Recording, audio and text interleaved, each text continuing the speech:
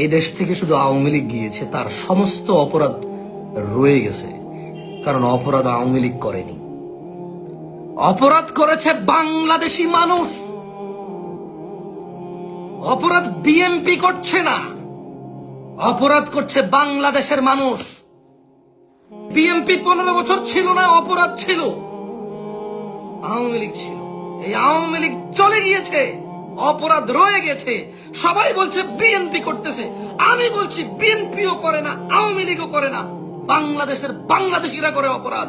মায়ের ছেলে করে, স্ত্রীর স্বামী করে, ছেলের বাবা করে, মেয়ের বাবা করে, জামাইয়ের শ্বশুর করে, ভাতিজার চাচা করে, ভাগিনার মামা করে, মামার ভাগিনা করে।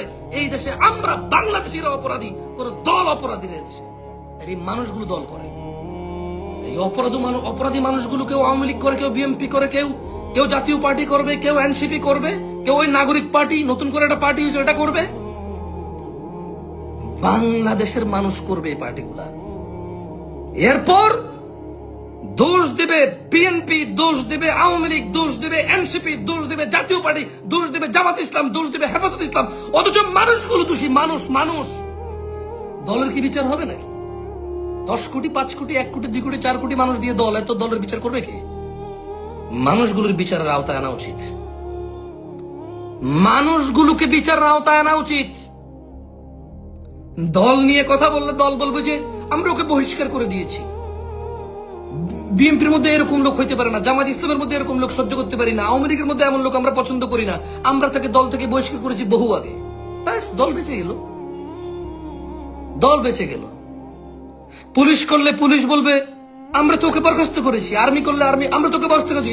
জামশেদ মজুমদারের মতো কোন মাদ্রাসায় চাকরি করে যদি হুজুর করে কোনো অন্যায়, মাদ্রাসা বলবে আমরা তো ওনাকে চাকরিচ্যুত করেছি, বহিষ্কার করে দিয়েছি, আপনারা যা বিচার করেন করেন।